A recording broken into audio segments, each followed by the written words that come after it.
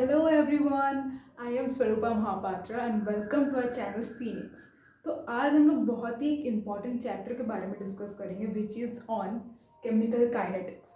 सो ये जो चैप्टर है ये फिजिकल केमिस्ट्री का बहुत एक इम्पॉर्टेंट चैप्टर है जो नॉर्मली काफ़ी सारे एंट्रेंस एग्जाम में आते हैं, या फिर आप एमएससी के लिए प्रिपेयर कर रहे हो या फिर आप जेई हो, नीट हो। अब नॉर्मली ये वाला जो चैप्टर ये बहुत ही अच्छा खासा वेटेज में आता है किसी भी एग्ज़ाम के लिए, कम्पिटिटिव एग्ज़ाम के लिए।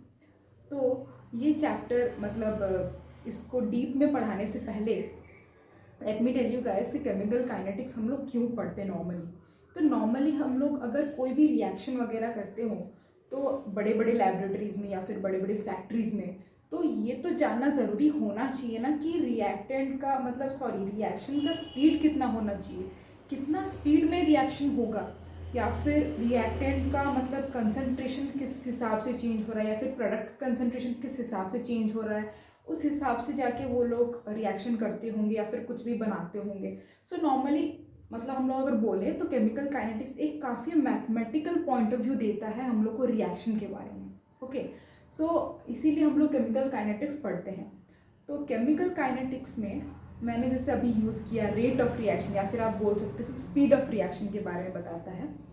तो रेट ऑफ रिएक्शन को समझाने के लिए मेरे पास बहुत ही अच्छा एग्जाम्पल है। आप लोग घर पे नॉर्मली खीर वगैरह तो बनाते होंगे। तो खीर में नॉर्मली हम लोग क्या डालते हैं, मेन इंग्रेडिएंट क्या होता है खीर में? मेन इंग्रेडिएंट क्या होता है? Milk plus rice. उसके बाद आप कोई भी बादाम वादाम डालते हो। नॉर्मली ये दोनों बहुत ही मेन इंग्रेडिएंट होते हैं। ओके, मिल्क और राइस। तो ये दोनों हो गया हम लोग का क्या, रिएक्टेंट। ये दोनों हम लोग का रिएक्टेंट हो गया। ये दोनों मेन होते हैं, ये दोनों रिएक्ट करके जाके बनाते हैं प्रोडक्ट जो कि हम लोग का खीर है। ओके, प्रोडक्ट बनता है दोनों का मिक्स कंबाइंड फॉर्म। ओके, तो नॉर्मली अगर मैं आपको बताऊं कि आप खीर का रेट बताओ, खीर किस स्पीड में बन रहा है, आप ये बताओ, तो आप किस कैसे बताओगे खीर का स्पीड कैसे बताओगे?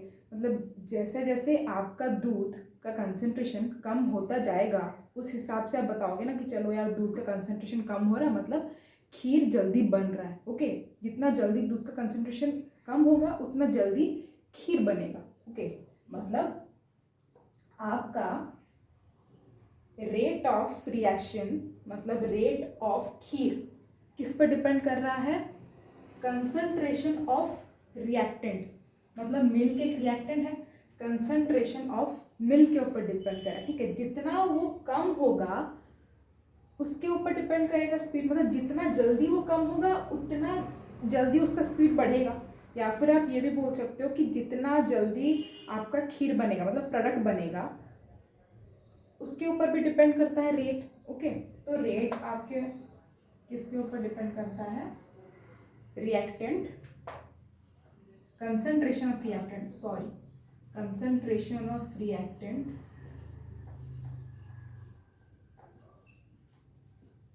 per unit time। okay,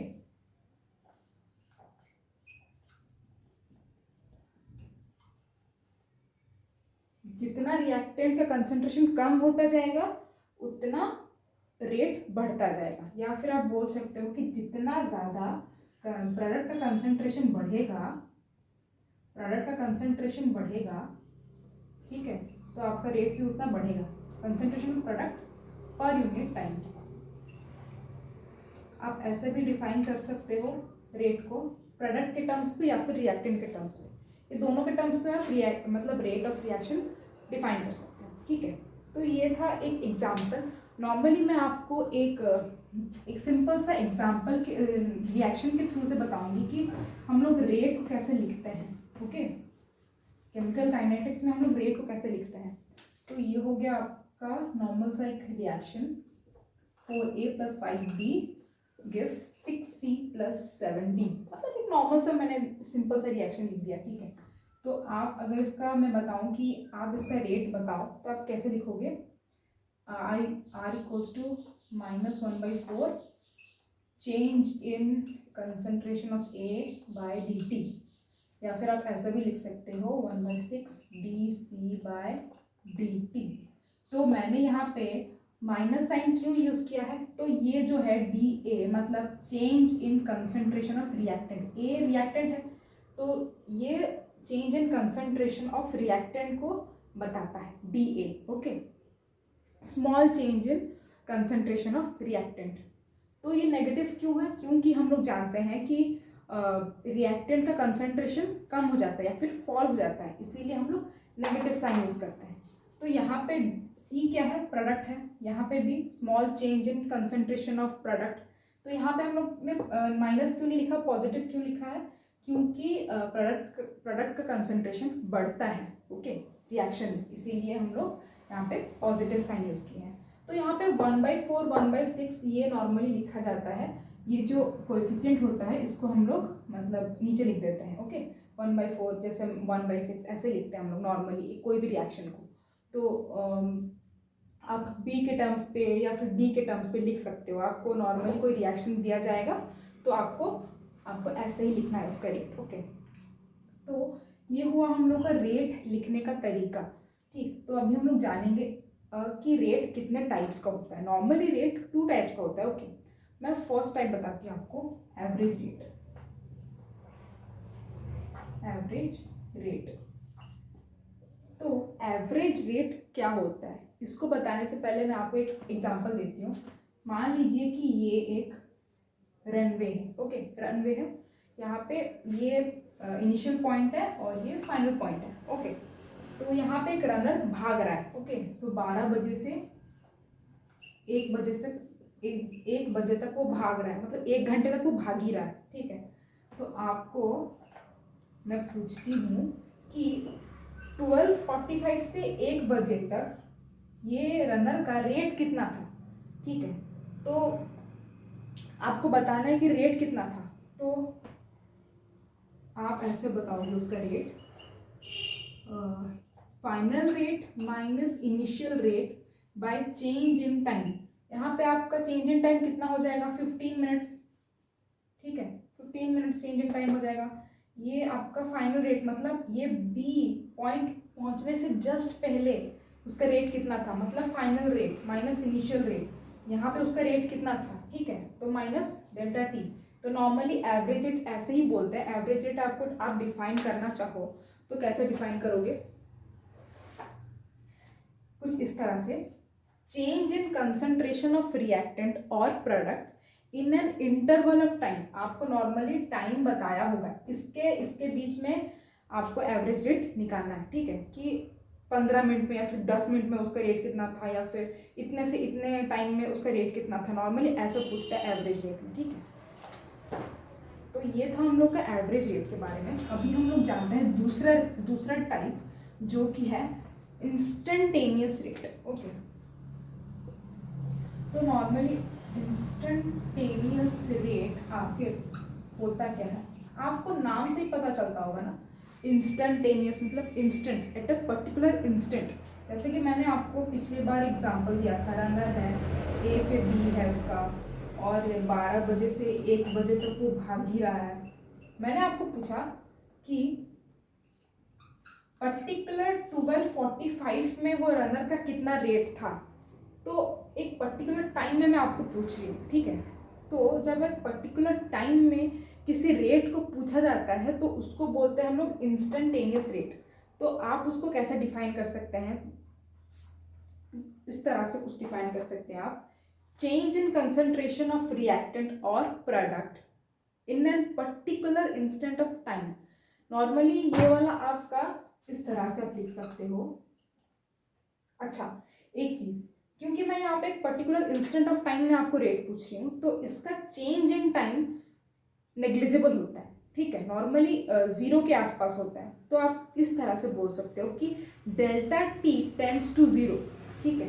तो आप इस तरह से लिखोगे, final rate minus initial rate by delta T limit delta T tends to 0। Delta T क्योंकि नेग्लिजिबल है इसीलिए वो 0 की तरफ बढ़ रहा है ओके। आप इस तरह से बोल सकते हो, ये डेल्टा है ओके, ऐसे बोल सकते हो।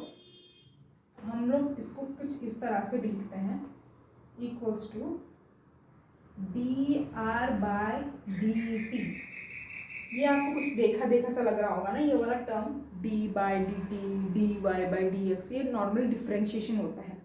ये जो डी मतलब डिफ्रेंशिएशन हम लोग यूज़ करते हैं नॉर्मली, हम लोग क्यों यूज़ करते हैं, जब हम लोग एक बहुत ही छोटा चेंज, मतलब जो कि बहुत नेग्लिजिबल है, मतलब इनफाइनाइट स्मॉल चेंज, जब उसके केस में हम लोग कोई भी कैलकुलेशन वगैरह करते हैं तो नॉर्मली हम लोग डिफ्रेंशिएशन यूज़ करते हैं। तो यहाँ पे भी नेग्लिजिबल चेंज है, मतलब delta T tends to zero है, तो इसीलिए हम लोग यूज़ करते हैं ये डिफ्रेंशिएशन dr/dt, इसीलिए मैंने लिखा है, ठीक है। तो नॉर्मली मैं रेट कैसे लिखूंगी, ये वाला हो जाएगा मेरा -dr/dt। क्यों मैंने माइनस यूज किया है, क्योंकि मैंने यहाँ पे इंस्टेंटेनियस रेट ऑफ रिएक्टेंट लिखा है, इसलिए मैंने माइनस यूज किया है, ठीक है। क्योंकि हम लोग को पता है क्योंकि रिएक्टेंट का कंसंट्रेशन कम हो जाता है, इसीलिए मैंने -dr/dt लिखा है। तो उससे पहले हम लोगों ने एवरेज रेट के बारे में पढ़ा था, तो एवरेज रेट क्या हो जाएगा, R equals to minus final rate minus initial rate by del T, कुछ इस तरह से हो जाएगा। इसमें भी मैंने एवरेज रेट ऑफ रिएक्टेंट लिखा है, ठीक है। यहाँ पे मैंने एवरेज रेट ऑफ, आपको दिखाई नहीं दे रहा होगा, सॉरी, तो मैं यहाँ पे लिख देती हूँ, ठीक है। एवरेज रेट, ये वाला हो जाएगा माइनस, ऐसा हो जाएगा आपका। मैं यहाँ पे रिएक्टेंट के टर्म्स पे लिखी हूँ, इसीलिए ये माइनस हो जाएगा, ओके। तो ये वाला था हम लोग का एवरेज रेट ऑफ रिएक्टेंट, ये वाला हो गया हम लोग का इंस्टेंटेनियस रेट ऑफ रिएक्टेंट। इस तरह से आप लिख सकते हो। अभी हम लोग ग्राफ्स के बारे में जानेंगे कि हम लोग नॉर्मली रेट का जो ग्राफ होता है, रेट ऑफ रिएक्शन के ग्राफ्स कैसे किस तरह से प्लॉट करते हैं, ओके। या फिर आप बोल सकते हो कंसंट्रेशन वर्सेस टाइम, या फिर रिएक्टेंट मतलब प्रोडक्ट वर्सेस टाइम, या फिर रिएक्टेंट वर्सेस टाइम का ग्राफ हम लोग कैसे प्लॉट करते हैं। ये वाला मेरा रिएक्टेंट का ग्राफ है, ये कंसंट्रेशन है, ये टाइम है। तो मैंने बताया था कि रिएक्टेंट में कंसंट्रेशन क्या करता है, कम होता है, ठीक है। तो इसीलिए ये वाला हम लोग का फाइनल कंसंट्रेशन, ये वाला इनिशियल कंसंट्रेशन, ये वाला इनिशियल टाइम, ये वाला फाइनल टाइम, ये वाला मेरा हो जाएगा T1 T2। तो ये कुछ इस तरह से जाएगा ये ग्राफ, ठीक है। ये ग्राफ कुछ इस तरह से जाएगा मेरा। अभी मैं नीचे बनाती हूँ आपका प्रोडक्ट का ग्राफ। तो ये वाला आपका प्रोडक्ट का कंसंट्रेशन इंक्रीज करता है, इसीलिए ये वाला हो जाएगा आपका फाइनल प्रोडक्ट, ये वाला इनिशियल प्रोडक्ट नीचे, ओके। ये वाला आपका सिमिलर रहेगा T1 T2। तो कुछ इस तरह से प्रोडक्ट का कंसंट्रेशन इंक्रीज कर रहा है, तो ये ऐसे बनेगा, ओके। तो ये था आपका दो ग्राफ, ये वाला आपका दो ग्राफ ही आपका कंसंट्रेशन वर्सेस टाइम का ग्राफ है, लेकिन ये रिएक्टेंट का ग्राफ है, प्रोडक्ट ग्राफ है, ठीक है।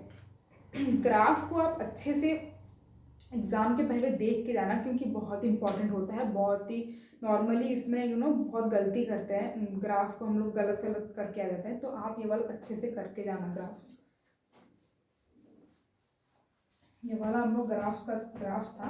अभी हम लोग unit of rate of concentration के बारे में पढ़ेंगे, यूनिट, ओके।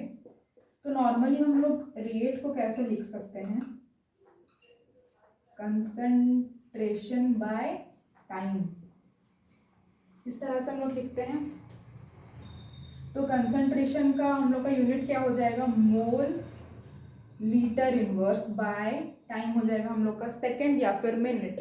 तो रेट का हम लोग यूनिट कैसे लिखेंगे, mole litre inverse second inverse, या फिर आप ये भी लिख सकते हैं मोल सॉरी